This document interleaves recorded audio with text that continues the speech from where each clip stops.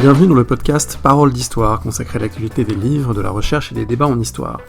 Rendez-vous sur le site paroledhistoire.fr pour toutes les émissions, les conseils de lecture et les références cités dans le podcast.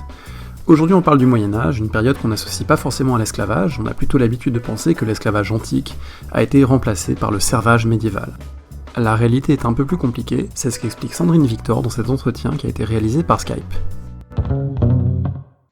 Aujourd'hui, on discute avec Sandrine Victor, qui est maître de conférence en histoire médiévale à l'Institut universitaire d'Albi, et qui vient de consacrer un petit livre très vivant, très dynamique à l'esclavage au Moyen-Âge, une synthèse qui s'appelle Les Fils de Canaan, publiée aux éditions Vendémiaire.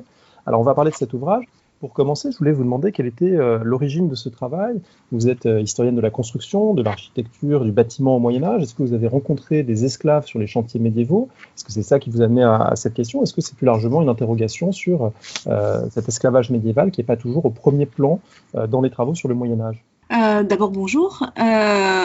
Oui, en effet, moi, sur les chantiers médiévaux, ce qui m'a surprise quand je travaillais, c'est que je voyais des esclaves, mais pas beaucoup. En fait, je les devinais plus que je les voyais.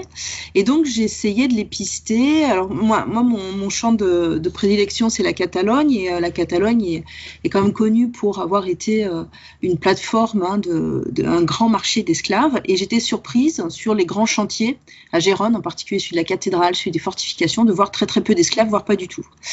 Et donc, je m'étais mis ça un peu de côté. Et puis, je réfléchis sur l'économie et la société du travail en général. Et c'est vrai que je voyais ça et là des dossiers sur les esclaves surgir sous la plume de mes collègues, mais bon, moi j'étais un peu frustrée par rapport à mes propres sources. Et en fait, c'est en rencontrant Nicolas Velparot autour d'une discussion qui m'a proposé en fait d'écrire ce petit livre. Et c'est vrai que pour moi-même, j'avais commencé à faire une espèce de synthèse. Je m'étais rendu compte que c'était difficile, qu'il y avait énormément de choses écrites et peu en fait qui faisaient le point. Et donc c'est avec plaisir que j'ai accepté l'invitation de Nicolas Velparot et c'est là qu'est née cette écriture. Alors c'est une écriture qui s'appuie en creux sur un constat historiographique, vous l'avez un peu suggéré, c'est que l'esclavage, on a du mal à le cerner, notamment parce qu'on manque de synthèse. Vous citez en particulier dans votre introduction, je crois, deux des dictionnaires de référence en français sur le Moyen-Âge, c'est le grand dictionnaire raisonné de l'Occident médiéval de Schmitt-Le Goff, il n'y a pas d'entrée esclave ou esclavage, et même chose dans le dictionnaire au PUF dirigé par Claude Govard, Michel Zink, Alain Delibera, il n'y a pas d'entrée esclavage, donc c'est dans deux quand même monuments, on pourrait dire, de synthèse historiographique, et là l'esclavage n'y apparaît pas. Exactement, et puis j'avais aussi cité le livre que je conseille à tous mes étudiants de licence, historiographie, avec entre autres dans l'équipe Nicolas Offenstadt, et là aussi l'entrée esclavage, c'est à partir en fait de la traite transatlantique. Et ce qui est très surprenant en fait, en prenant un peu la casquette de Candide, c'est de se dire que on a le grand esclavage antique, et puis on aurait la traite transatlantique, et puis entre les deux on n'aurait pas grand-chose. Et en fait, en travaillant un petit peu la bibliographie, on se rend compte qu'on a une accumulation assez exemplaire de cas, de dossiers très locaux ou alors de dossiers assez réduits dans la période, mais qu'on n'avait pas de grande synthèse. Alors, je n'ai pas la prétention de proposer une grande synthèse, mais juste un petit travail qui pourrait servir de marchepied, si vous voulez, pour quelque chose de plus ambitieux plus tard. Oui, et donc en indiquant aux lecteurs, aux lectrices, les différents dossiers, justement, les différents cas ponctuels, puisqu'il y a une bibliographie et des notes qui permettent de se repérer, de voir effectivement la grande variété des cas d'esclavage médiéval. Alors, le paradoxe, c'est que c'est peu présent dans l'historiographie, en tout cas en tant que tel, mais en même temps, ça a été un débat historiographique extrêmement conséquent, notamment toutes les problématiques autour d'une lecture marxiste de l'histoire, la transition entre le mode esclavagiste de production et puis le mode féodal, entre l'Antiquité et le Moyen-Âge. Vous rappelez ces débats et vous montrez pourquoi ces débats, d'une certaine manière, ont pesé sur l'approche de l'esclavage médiéval, parce que c'était des débats tellement globaux, tellement généraux, que ça cadrait mal avec la grande variété des réalités médiévales. Alors en fait, la difficulté, elle est à reprendre à la racine, à mon sens, c'est-à-dire revenir au vocabulaire. En fait, s'il y a eu ces débats d'historiens, c'est parce qu'on a du mal à gérer le foisonnement des mots pour parler de situations de soumission qui sont diverses et variées en fonction de l'ère géographique et de la période qui est concernée. Et donc, à partir de là, il y a eu des raccourcis c'est vrai de la part de certains historiens qui ont, par exemple, de façon un peu forcée, traduit forcément le terme servus par serf, et qui ont dit, ben voilà, il n'y a plus que des serfs, il n'y a plus d'esclaves. Sauf que, en fait, il y a énormément de situations très différentes. Quelquefois, un mot va désigner une réalité dans une région et quelque chose de totalement différent dans la région d'à côté. Et c'est de là que les grands débats sont, à mon sens, partis. Alors, je ne sais pas si on a le temps d'un petit exemple pour que peut-être les auditeurs comprennent de quoi je veux dire, voilà, de quoi je veux parler, pardon. Par exemple, le terme pour désigner l'esclave, depuis l'Antiquité, est un terme, il y a plusieurs termes, si vous voulez, pour une seule réalité. Par exemple, les Grecs, il y avait doulos, qui était vraiment l'opposé de l'homme libre, hein, c'est-à-dire de l'éleuthéros, mais il y avait aussi andrapodon, qui était l'homme à pattes. Donc, vous voyez, il y avait déjà deux termes. Chez les Latins, on a servus, le terme générique, et puis mancipium, qui est plutôt un terme juridique, hein, c'est l'homme-objet. Et en fait, on va utiliser à partir du Haut Moyen-Âge le terme de servus pour parler donc de l'esclave. Parallèlement, on utilisera aussi anquilla, qui est la version féminine. Et par exemple, dans le cas de la Sicile, on va aussi voir apparaître le terme grec doulos, qui reste là, et puis le terme abd, qui est la trace de passage des musulmans. Mais on voit aussi que mancipium est utilisé en même temps que servus pour un ouvrier non libre, non chasé, hein, quelque chose qui est lié à la terre et plus trop à sa condition. Et on voit apparaître en plus des termes qui dénotent l'origine de l'esclave, comme Sarazenus, Maurus, Sclavus, Slavus, qui veulent dire donc les Slaves, hein, puisque les Slaves. Voilà, ça il faut le rappeler, parce que le mot esclave en français, il a cette origine extrêmement marquée géographiquement. Ce sont les Slaves.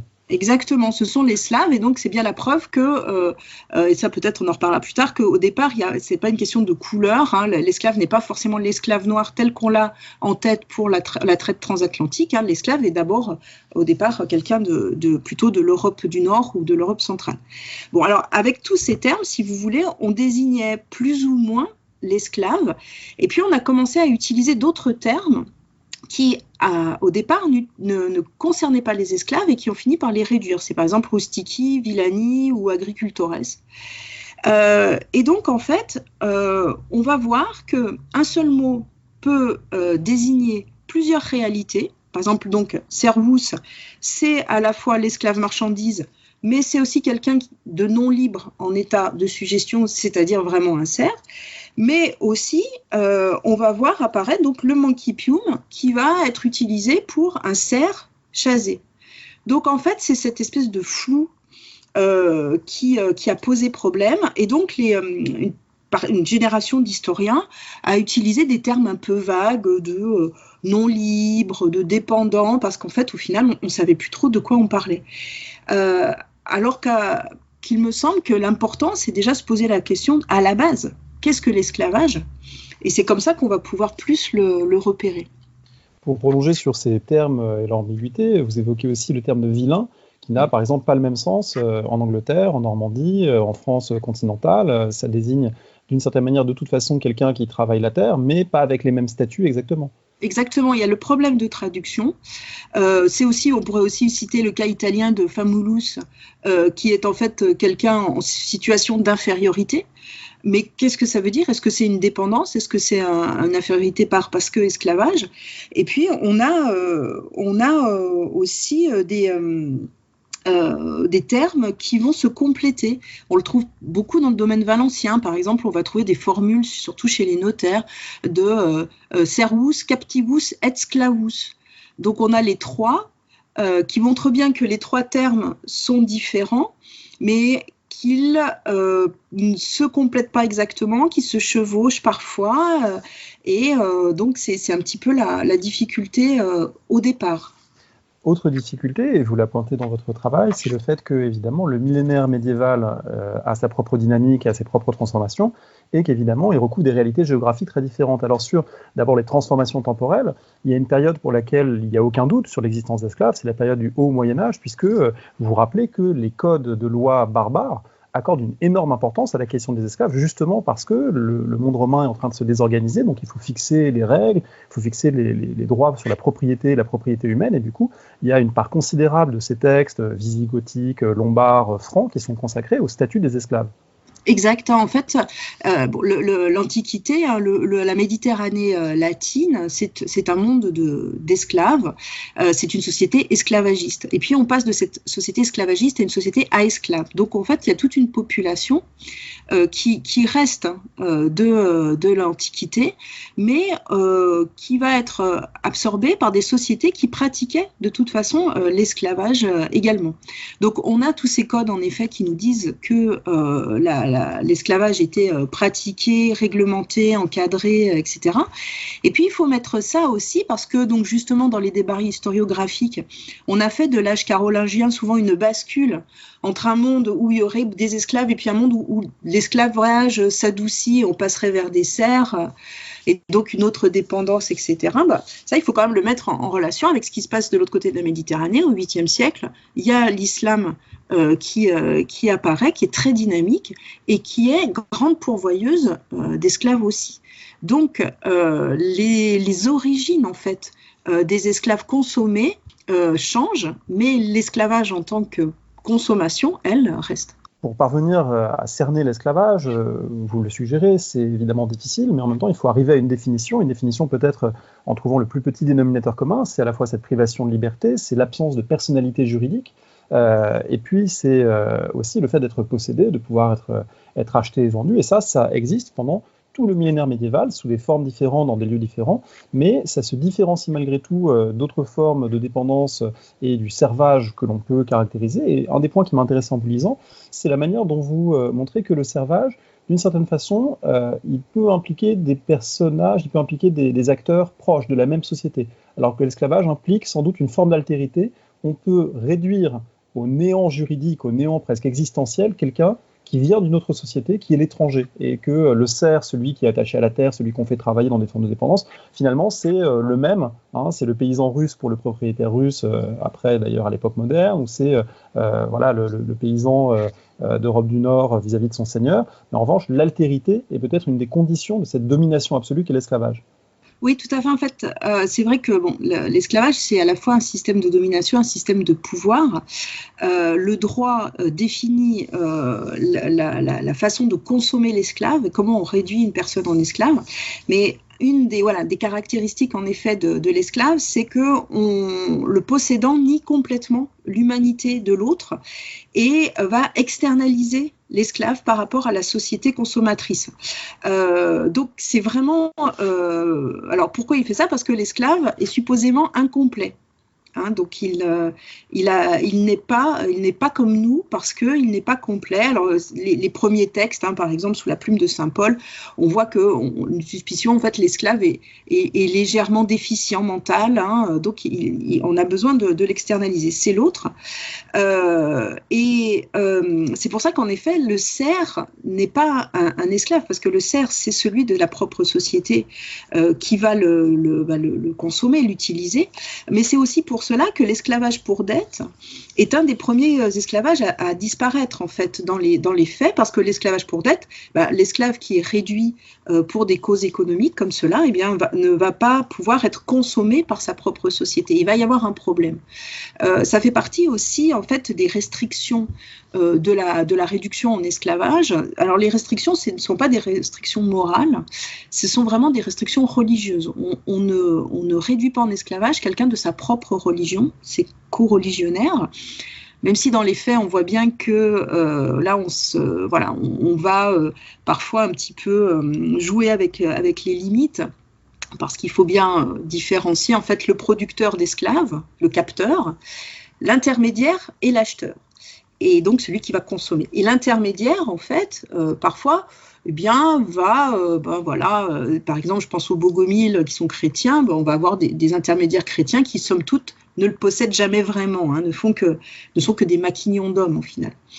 C'est pareil chez les musulmans, les esclaves subsahariens qui sont musulmans vont quand même transiter par des marchands comme ceux-là qui ne sont qu'intermédiaires. Donc, en fait, c'est très important que l'esclave reste autre, reste extérieurs à la société.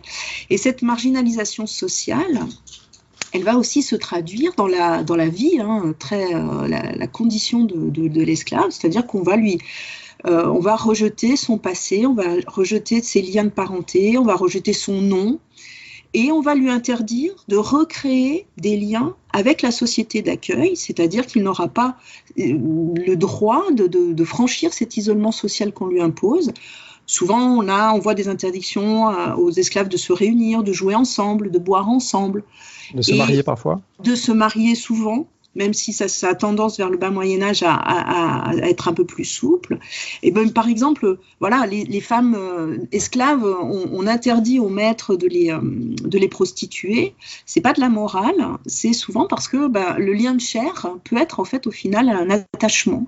Et ça, c'est dangereux. Vous avez fait la distinction tout à l'heure entre société esclavagiste et société à esclaves. Et sur le plan conceptuel, c'est important parce que ça rappelle que, bien évidemment, si vous essayez de montrer qu'on ne peut pas garder un schéma global simpliste qui ferait une rupture entre Antiquité et Moyen-Âge, il y a quand même des distinctions à opérer. Ce ne sont pas les mêmes sociétés. Et la société antique, est plutôt une société esclavagiste, à Rome et en Grèce. Et la société médiévale n'est pas une société esclavagiste en tant que telle, plutôt société à esclaves. Alors, est-ce que vous pouvez peut-être développer un petit peu ce qu'implique cette distinction ? Oui, alors, la société esclavagiste, pour faire court et simple, c'est une société dont une partie de l'économie entière repose sur les esclaves. Une société à esclaves, c'est une société qui consomme de l'esclave sans pour autant que son économie soit perturbée si on enlève les esclaves et qu'on les remplace par des hommes libres. Après, encore une fois, c'est très difficile de faire un schéma global pour le Moyen-Âge parce que si on prend par exemple le cas de Majorque, la société majorquine est majoritairement composée d'esclaves et l'économie de Majorque, en particulier dans l'agriculture, repose sur les esclaves. Et très clairement, au Moyen-Âge, à Majorque, on a une société esclavagiste. Donc vous voyez, on joue toujours sur les exemples et les contre-exemples. Alors ces exemples justement, ils se multiplient à la fin du Moyen-Âge, en tout cas parce qu'il y a des dossiers documentaires qui s'étoffent avec la progression de l'écrit dans les sociétés, et du coup à certains lieux comme à Majorque, ça permet d'approcher peut-être des formes de quantification. Alors on ne peut certainement pas quantifier pour tout le Moyen-Âge la part des esclaves, ce serait peut-être futile, mais en revanche, pour certains dossiers de la fin du Moyen-Âge, est-ce qu'on peut donner des ordres de grandeur de la part des esclaves dans les sociétés des 14e, 15e siècles ? Alors c'est vrai que Majorque, pour prendre cet exemple-là, ou Minorque, sont des terres assez intéressantes parce qu'elles regroupent plusieurs points. Majorque et Minorque, quand les rois chrétiens ont repris ces terres, enfin ont pris ces terres d'ailleurs, excusez-moi, aux musulmans, ont décidé de réduire toute la population de ces îles à l'état d'esclaves. Donc là, ce sont des prises gigantesques. On parle de 40 000 personnes pour Minorque. Ce sont des prises absolument gigantesques qui, en fait, sont plutôt l'exception que la règle. Mais il n'empêche que sur le cas de Majorque ou Minorque, eh bien, on a beaucoup de réglementations. On a toute cette économie agricole qui repose sur l'esclavage. Et on peut dire qu'en fonction c'est pareil, en fonction des périodes, on est entre 20 et 30% de la population qui est esclave. Avec des règles très dures, les esclaves enchaînés, des esclaves qui n'ont pas le droit de s'approcher du rivage de peur des fuites, etc.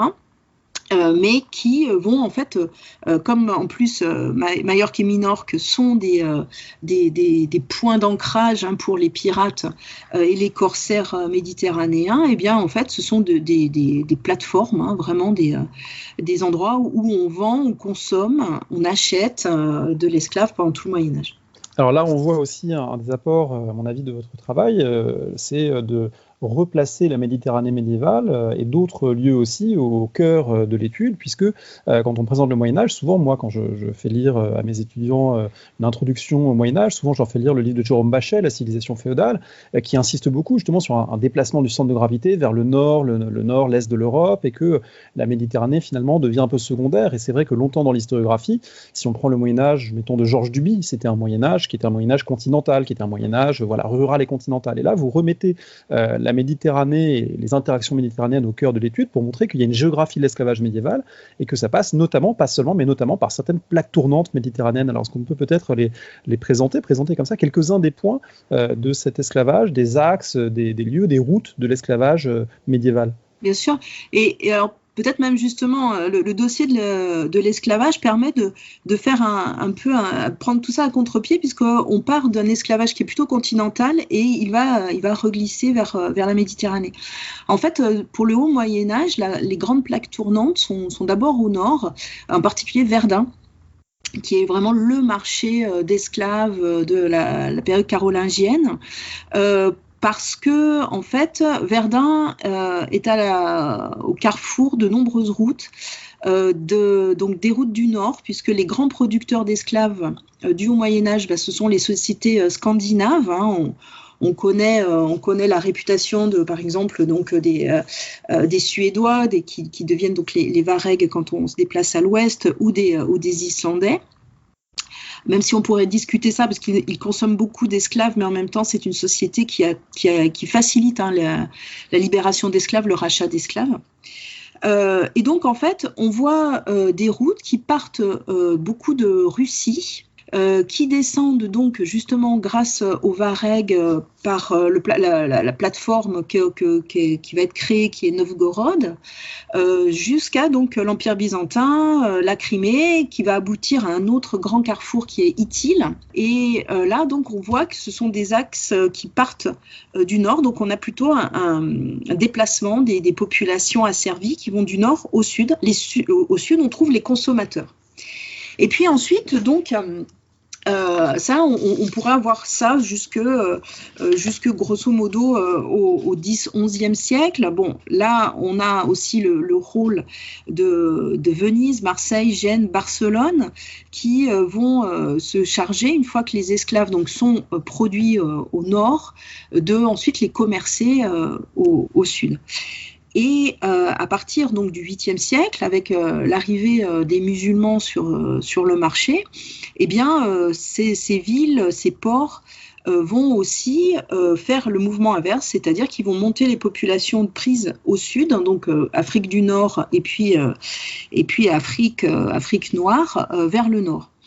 Entre le 12e et le 14e siècle environ, on a toujours des Slaves, mais l'Europe du Nord et de l'Ouest va être plutôt en retrait dans les circuits, pas parce que on ne consomme plus de l'esclave, mais parce qu'il y a deux phénomènes. Il y a d'abord la christianisation qui fait qu'on peut moins réduire d'esclaves, enfin de personnes en esclavage, puisqu'on n'a plus de païens à prendre lors des razzias. Et puis parce que en fait, il y a 3 points qui développent plutôt un commerce qui est essentiellement méditerranéen. C'est la reconquête ibérique, les esclaves orientaux qui vont passer par la mer Noire et qui vont en fait ne plus venir de l'extrême nord, mais plutôt vraiment de Slaves qui sont plus au sud. En plus, les Génois prennent à cette époque-là les ports de Caffa et Tana en Crimée, et donc vont plutôt redescendre les voies vers le sud. Et puis l'afflux africain, qui est l'événement majeur, surtout après 1453, même s'il existait avant, mais avec l'arrivée des Turcs à Constantinople, eh bien, ces routes naturelles qui venaient depuis la mer Noire, Byzance, sont coupées, et donc désormais, c'est vraiment la Méditerranée qui est le cœur et de la production et de la consommation. Alors du coup, ça amène à quelque chose que vous évoquiez plutôt à la fin du livre, mais on peut en parler tout de suite, c'est finalement des effets de continuité possibles entre la période médiévale et la période moderne, du point de vue de l'esclavage.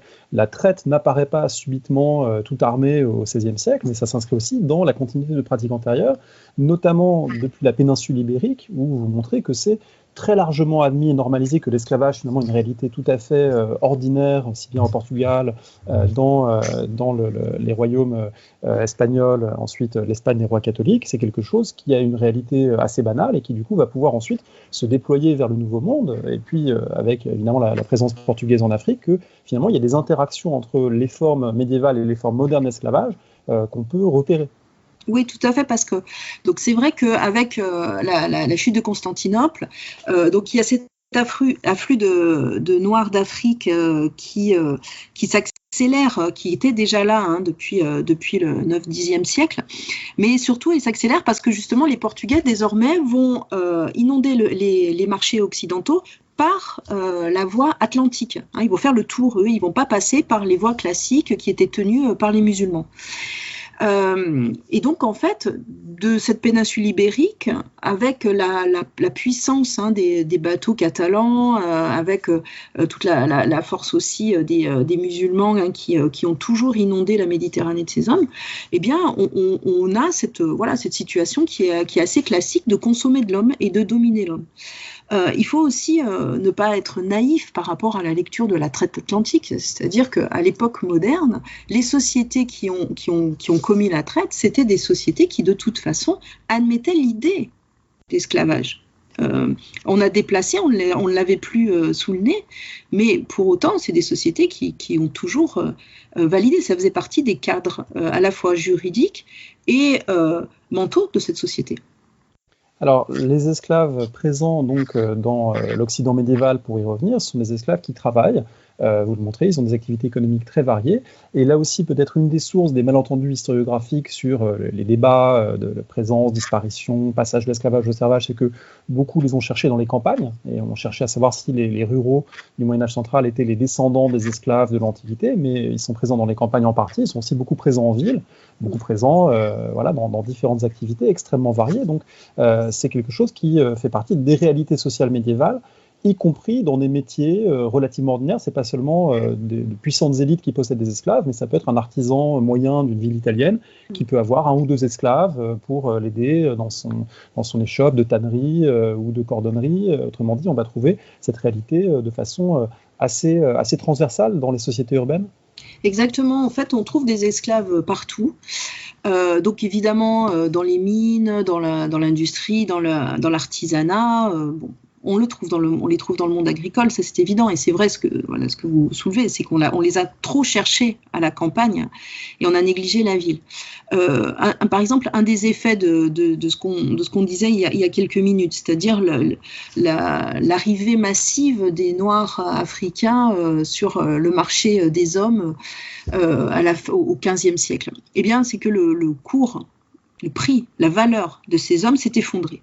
L'esclave coûtait très peu cher. Et ce qui fait qu'on a eu une augmentation de la demande, parce que désormais, comme vous le dites, le moine savetier ou le moine charpentier pouvait se payer des esclaves et en avoir plusieurs.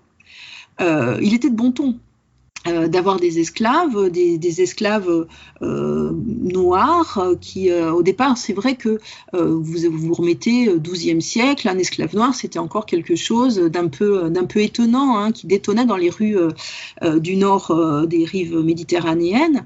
C'était, comme on le disait, d'abord les Slaves que l'on voyait. Et puis, en fait, les esclaves noirs sont même devenus un peu à la mode en Italie. Il est très bon ton d'avoir des esclaves noirs dans les grandes maisons.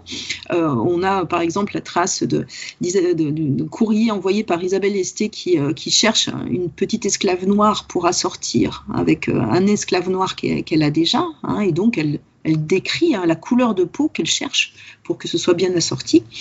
Et donc en fait, il est vrai qu'on retrouve des esclaves autant dans les grandes maisons, donc pour des charges domestiques classiques, que dans les ateliers, dans les campagnes. Ils sont absolument partout. Alors vous avez dit que les sociétés donc modernes et à fortiori médiévales considéraient cela comme une réalité normale, en tout cas ça ne leur posait pas de problème. En même temps, vous montrez qu'il a fallu produire des discours de justification, ça n'allait pas totalement de soi.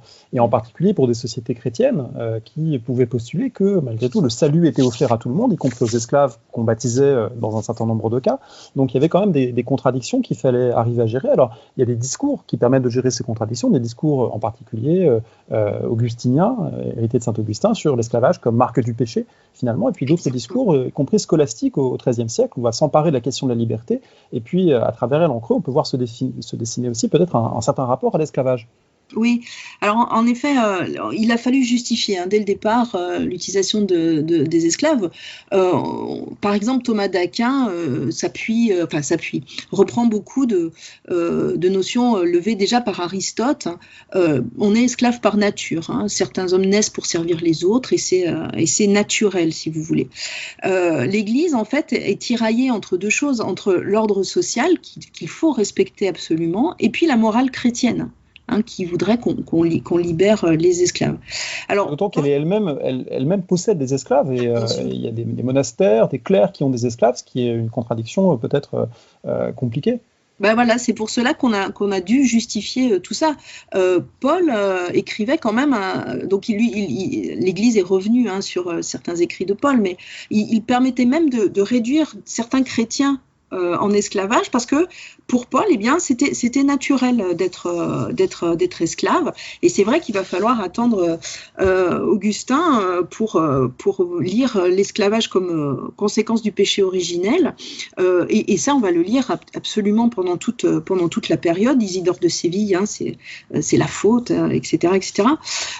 Et c'est vrai qu'il va falloir vraiment attendre le changement avec Agobard de Lyon, Alcuin, Raban-Mort, pour que on interroge le fait que ce soit nos semblables.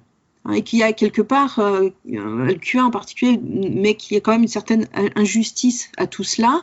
Mais on justifiera toujours en disant, voilà, il faut accepter sa condition, parce que sous des plumes on pouvait lire comme heureux les esclaves qui seront eux sauvés parce que etc. ils ont payé.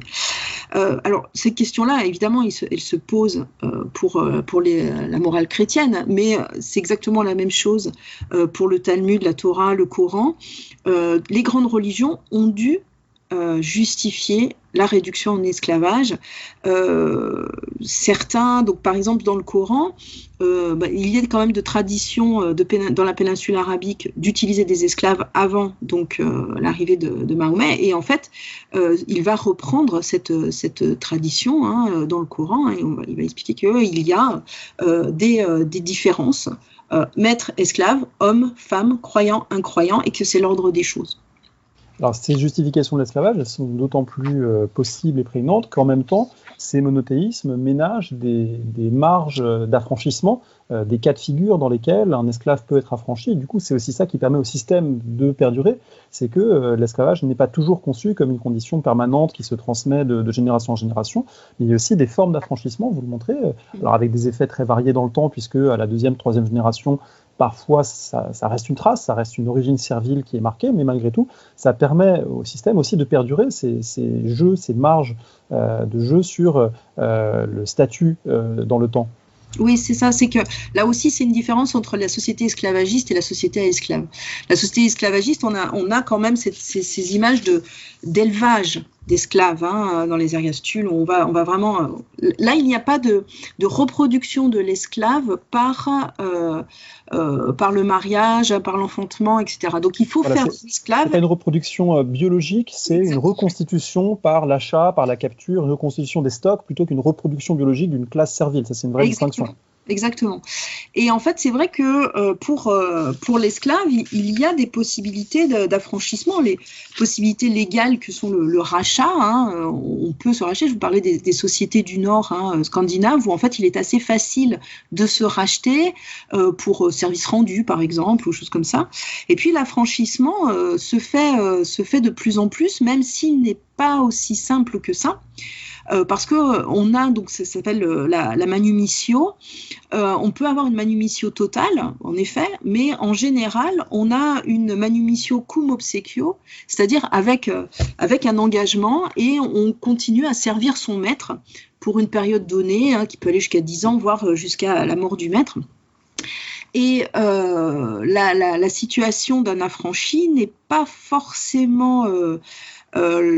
disons, il ne perd pas ce statut d'esclave parce qu'il est affranchi.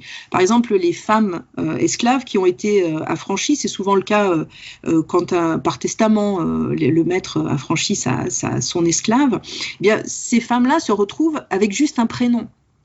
Et donc, elles vont continuer à être nommées dans la société, une telle ancienne esclave de. Et donc la trace, elle reste, et elle reste parfois très longtemps. Et puis après, donc avec l'apparition des esclaves de couleur, eh bien, on a le problème de l'affranchi qui, de toute façon, restera une personne de couleur. Et avec le temps, la couleur noire devient la couleur par excellence de l'esclave. Et de ce fait, en fait, on a des cas d'affranchis noirs qui sont obligés de se justifier à chaque fois, d'expliquer qu'ils sont bien libres et ne sont pas des esclaves en fuite. Alors, en parlant justement de fuite, chacun connaît Spartacus et sa révolte, ou plus proche de nous, Toussaint Louverture et les esclaves haïtiens qui se révoltent. Est-ce qu'il existe un Spartacus ou un Toussaint Louverture médiéval? Est-ce que la révolte d'esclaves est une réalité médiévale? Alors, en fait, pour l'époque médiévale, honnêtement, c'est rarissime. Il y a un cas qui est connu, mais même si maintenant les historiens commencent à rediscuter sérieusement la nature des personnes qui se sont révoltées et mettent en doute le fait que ce soit des esclaves, c'est au 8e siècle, dans le Bahira, qu'il y avait donc une population qu'on a appelée les Zenj. Ce sont des esclaves noirs, et ils se sont révoltés en 869. Et pendant 10 ans, ils ont réussi en fait à faire une espèce de petit État qui a donc qui s'est séparé des Abbassides de Bagdad. Et ils ont été écrasés en 883, mais ça reste à peu près le seul cas documenté. En fait, les esclaves que l'on rencontre qui cherchent une voie illégale de sortir de leurs conditions, c'est des esclaves en fuite, qui sont par contre très nombreux pendant tout le Moyen-Âge. L'Église est souvent la destination, hein. On va chercher refuge dans l'Église, et vous le disiez tout à l'heure, ça pose problème à l'Église puisqu'elle-même est propriétaire d'esclaves.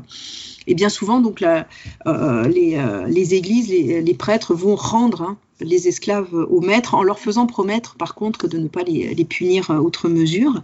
Et puis, il y a des terres qui sont particulièrement touchées par la fuite. C'est la Catalogne, par exemple, puisque entre la péninsule ibérique et les comtés toulousains, la zone Pamiers, etc., où là, on ne pratique pas l'esclavage, eh bien, c'est vrai que de nombreux esclaves catalans cherchent à s'enfuir, à un tel point que Pierre IV, en 1381, invente un office qui s'appelle Mestre des Guaita, qui est en fait vraiment le gardien des esclaves, pour essayer de maintenir un ordre un petit peu dans le cheptel humain. Alors, ce dernier exemple montre une nouvelle fois à quel point la variété géographique et la mosaïque qu'est le monde médiéval interdit de généraliser et en même temps conduit à s'intéresser à tous ces cas de figure et à montrer que l'esclavage est cette réalité toujours très, très prégnante. Alors merci pour ces éclairages. Avant de conclure, je voulais vous poser une ou deux questions sur un autre versant de votre activité savante qui renvoie à l'histoire de la construction, à l'histoire des bâtiments religieux, puisque évidemment l'incendie de la cathédrale Notre-Dame a dû vous frapper beaucoup comme historienne médiéviste et spécialiste de ces questions. Et vous faites partie d'ailleurs de l'association qui s'est constituée à la suite de cet incendie, d'historiens, de conservateurs, d'architectes, de spécialistes du patrimoine qui s'interrogent sur l'après, sur ce qu'il convient de faire. Alors comment réagissez-vous, je dirais, au développement récent, et notamment au projet de loi d'exception qui viserait à reconstruire dans un horizon de 5 ans la cathédrale? Alors, il est évident que cet incendie il y a un gros choc émotionnel, et je repensais un peu en voyant les images à Nora avec son événement monstre, on avait vraiment l'impression de quelque chose qui a vraiment porté toute la population française. Parce que d'abord, on oublie une chose, c'est qu'un incendie, c'est quelque chose de naturel. Pour l'histoire d'une cathédrale, Notre-Dame avait eu cette chance-là de ne pas avoir été touchée par les flammes plus que cela, mais des destructions, des effondrements. On pense à Beauvais, on pense évidemment à Reims, Strasbourg, etc. Donc ça fait partie de la normalité. En fait, cette association s'est créée parce que la cathédrale, c'est un endroit c'est un lieu qui cristallise beaucoup de choses. On est dans du culturel et du cultuel, et c'est surtout un lieu hautement politique. Or là, il est clair qu'il faut prendre le temps de réfléchir. que la cathédrale, c'est quelque chose qui appelle construire une cathédrale ou reconstruire une cathédrale, ça demande du temps, le temps de la réflexion pour le moins. C'est un temps qu'on perd, on est dans cette société où on est dans une immédiateté. Le problème, à mon sens, de vouloir aller vite, c'est de faire n'importe quoi. Là, vous avez peut-être suivi sur les réseaux sociaux, ce qui était assez hallucinant, c'est que le lendemain, on voyait déjà des projets d'architectes plus stimulants les uns que les autres, on va le dire comme ça. Quelquefois, moi j'ai vu passer une représentation avec une éolienne sur le toit. Bon, pourquoi pas. Le problème étant pas là, le débat n'est pas vraiment est-ce qu'il faut faire à l'identique ou pas à l'identique. Le débat, c'est il faut prendre le temps, tout simplement. Il faut discuter. Les politiques ont des arguments, bien sûr, mais ils ne peuvent pas se passer de l'expertise des scientifiques, parce qu'il y a la destruction de la cathédrale, mais détruire par l'incendie, ça ne veut pas dire tout jeter aux orties. Et les scientifiques peuvent profiter donc de ce moment comme un livre ouvert sur des parties de la cathédrale qui nous étaient cachées. La dendrochronologie, c'est-à-dire l'étude du bois, peut tout à fait travailler sur des bois qui ont été incendiés, qui ont été brûlés, et on peut mieux comprendre la façon dont la cathédrale a été travaillée. C'est la même chose avec les mortiers, c'est la même chose avec les matériaux. Certains matériaux pourraient être réemployés même s'ils ont subi le feu. Et ce réemploi, c'est pas un retour en arrière. Le réemploi, c'est une tradition de construction depuis les temps antiques. On a toujours réemployé. La question maintenant, c'est de savoir qui se met autour de la table, comment on prend les décisions. Et je ne sais pas si c'est aux architectes à prendre la décision, aux politiques, aux scientifiques, mais je pense que c'est surtout un dialogue entre toutes ces parties prenantes qui va permettre de proposer un projet qui soit cohérent.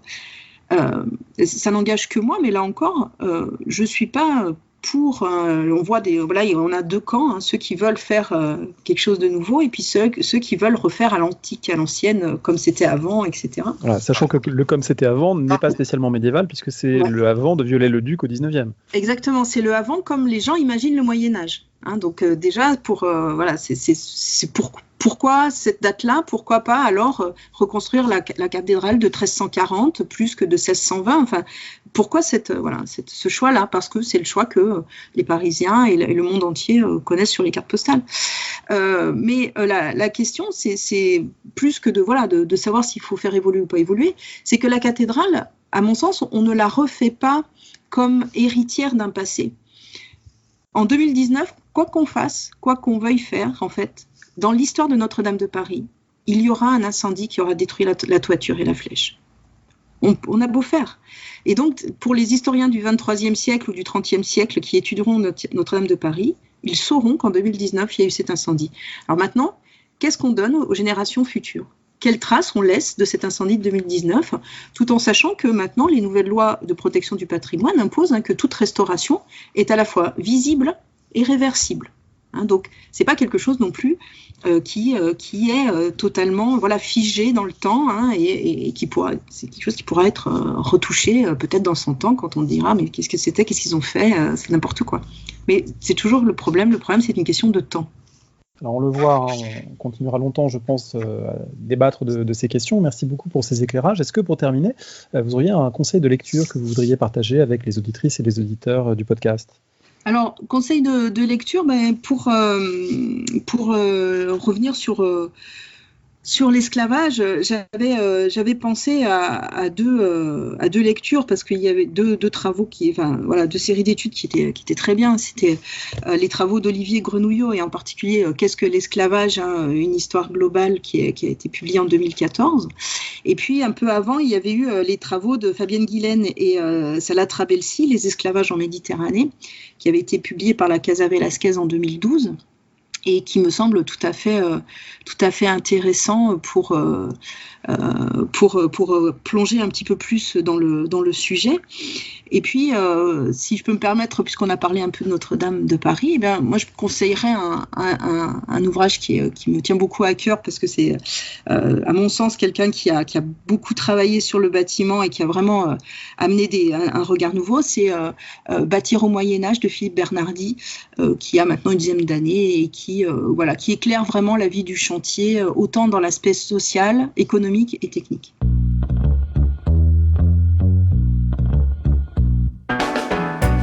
Merci de nous avoir écoutés. Rendez-vous sur le site www.paroledhistoire.fr pour toutes les informations sur le podcast, pour vous abonner, écouter ou télécharger les autres émissions.